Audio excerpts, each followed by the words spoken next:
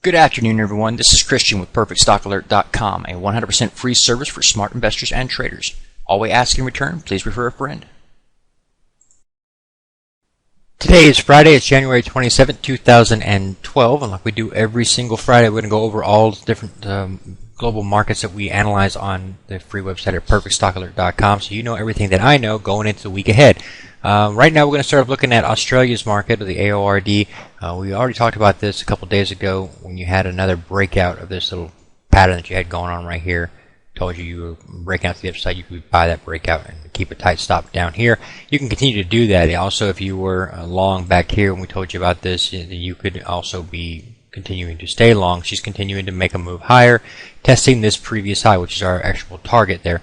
So keep that in mind. She's still in an uptrend. There's nothing here that's negative in any way, shape, or form. If you want to lock in more gain now that you're testing this previous high with this price activity here and you're not certain you're going to break out or something like that, then just take your stop loss limit and advance it. That's pretty easy to do. Little look here at the Dow Jones Industrial Average. She was down today about 74 points. And that's actually a split market for the U.S. at least. And this has actually been in an uptrend for a good while here. Nice move going on back here.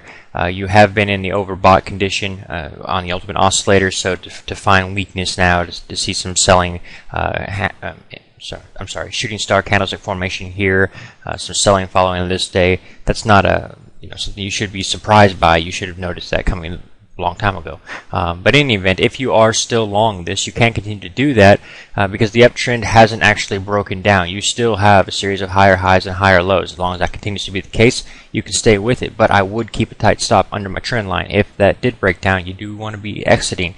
You've made a nice amount of money on this move to the upside. There's been several entry opportunities. If you are still long, good for you. But be sure to lock yourself in a gain at some point, otherwise your gain is just going to be paper gains.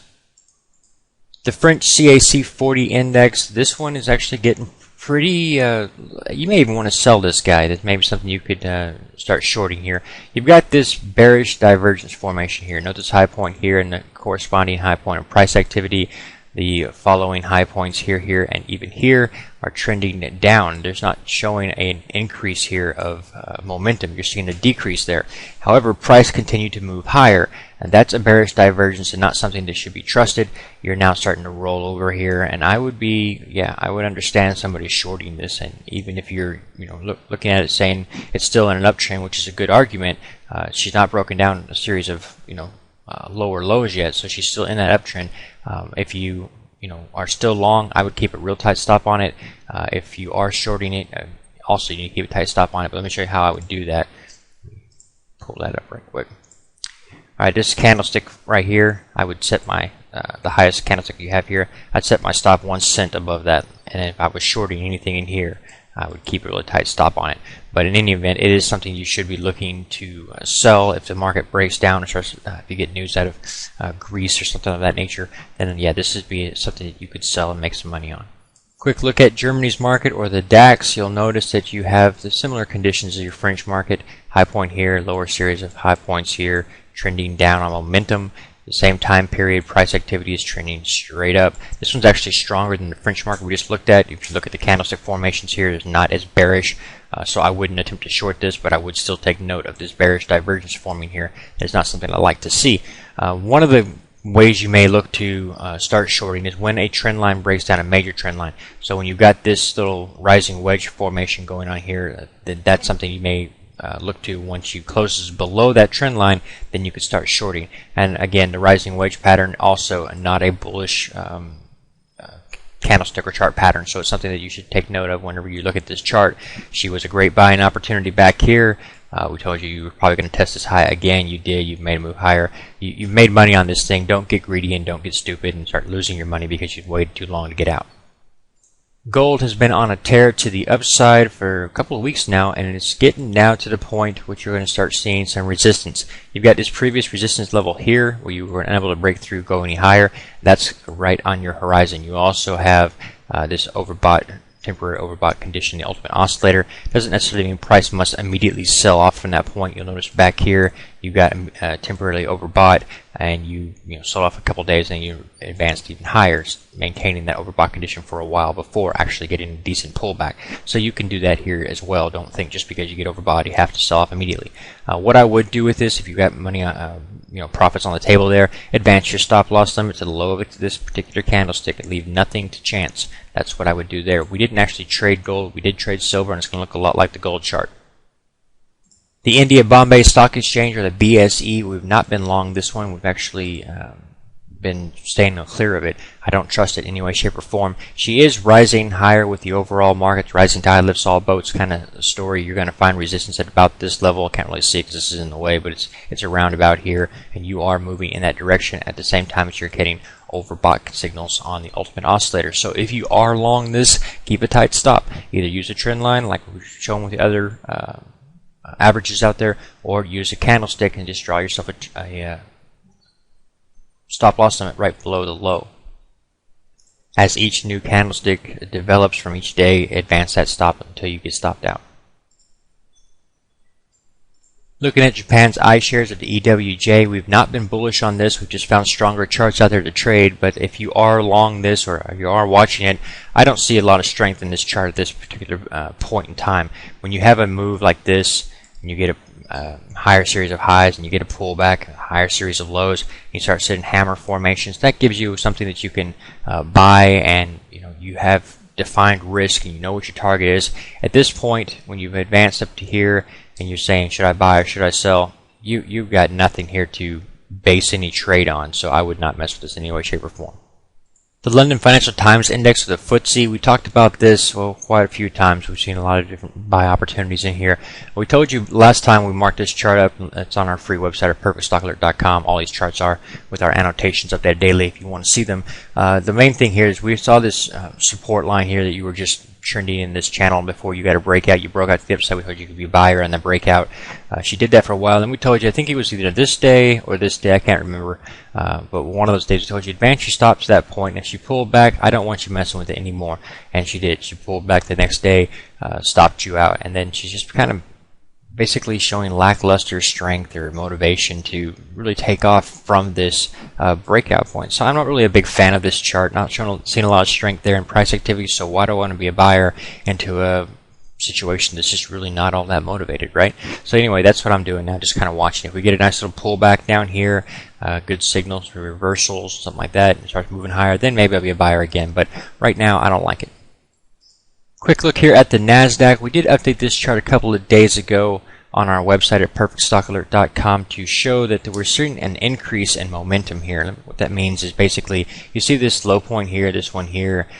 See, there was one here and one here. You draw this trend line across that, and that's what we had, basically find our support on. Then all of a sudden we advance from here, pull back, and we don't go as low as we used to. We jump up here again, pull back, we don't go as low as we used to. We start advancing again. What that shows us, we have another trend developing right here. It tells us that momentum is increasing to the upside on the NASDAQ at least. So it's important to note when you see that, it's something that can really take off and change the way your chart's looking. So keep that in mind whenever you're looking at this. I still see it in an uptrend. I still see it pressing higher. I have no reason to be a bear on this particular chart at the particular moment. 2 days ago, oil got a nice bearish engulfing signal. That would have been something you might have been looking for. But overall, the chart pattern and the trend is still up. So if you're shorting at this exact point in time, you're trying to be the first ones on the start of a new trend, because that trend doesn't really exist just yet.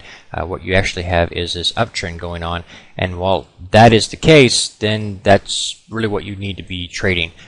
We have a bearish engulfing, as I said. You were in the overbought condition on the ultimate oscillator, but if you are shorting, your stop has got to be right there. And again, you're taking a shot in the dark as to whether or not this is the start of a new trend from an uptrend to a downtrend. Until this low gets taken out right here, you're still in an uptrend.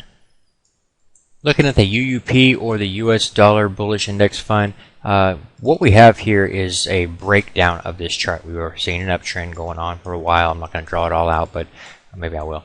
Anyway, it was going on for a while, and then we broke down. So the next move higher should be a series of lower highs, and that would be a short opportunity. That's how you want to start playing shorts. wait for the trend to shift, then move in that particular direction. However, the US dollar is going to run the opposite of the overall market. So if you're seeing a breakdown in the US dollar, you should see a breakout of stocks. Stocks should continue to move higher. When you do get a pullback in the stocks, then you could look to see an advance in the dollar here. But again, I would expect stocks to get bought up on the pullback and the dollar to be shorted on the advance. That would make sense in my head at least. Okay. The Russell 2000 Small Cap Index on tear to the upside. No qualms about that. You do have this bearish divergence formation here. You could shake it off maybe if you had a really strong advance and this guy continued to press higher than he did over here. You could shake off that bearish divergence, but right now it doesn't look like it's going to happen. You can stay with it, but keep an eye on your trend lines. Pay attention to where your highs and lows are at, and you basically don't want to get caught on the sell-off. When the sell-off starts happening, it can be quick. So if you get a breakdown close below the trend line, just exit the position. The S&P 500 large cap index all week long, we did actually nothing. We were moving around sideways basically. You had this move, what was it, 6 days ago? Just basically moving sideways, another one, then a big advance, then a sell-off, and then we're just back to the exact same point. We're not doing anything here, but maybe just building a consolidation period upon some previous support line that we had from over here. That's possible, and you may advance again, but at this time, you're not actually doing anything to step out and wait. It just makes perfect sense to me. Right now, you've got profits on the table, collect them, and sit out. Ultimately, a lot of our charts out there, especially in the US, have gone into this no man's land where no trend line you draw makes any sense, and that is kind of scary for me. I don't want to be there because I can't define my risk and I can't get any kind of projection of how much higher we're going to go. So what I would look at right now and talk about, drawing your trend lines that don't make any sense. It doesn't matter where you draw your trend line at. You either broke down here, you draw it out here, you broke down. You draw it out here, you broke down. So anything that you draw out there is just not going to be showing you a bullish continuation signal higher. So I would just be looking at this, saying, okay, she's closed below the trend line, the best trend line I could possibly draw there. Just be done with it. Now, if you're drawing this trend line out here still, we've got this point and this point, like so. You've got a lot of selling before you would ever know whether or not you're actually going to get a breakdown of the trend. I wouldn't leave that much money on the table personally. Big Bad Silver chart. This one has been fun. This, I think, was back on this day. This one or this one. One of these days we told you could be a buyer of the silver, basically keeping the stop right below this neckline right here. So that would work out just fine. You made a lot of money to the upside. I'd take the stop loss limit and advance that guy up here.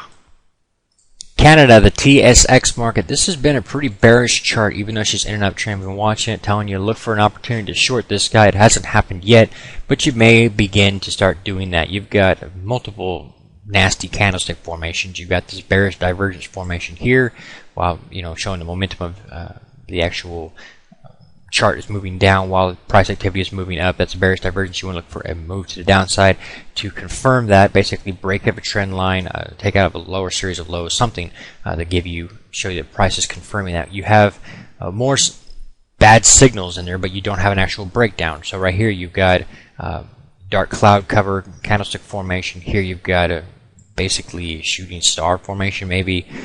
It's just not a really bullish looking chart formation that you're seeing here, but you're still trending up. So I would not begin shorting until that starts.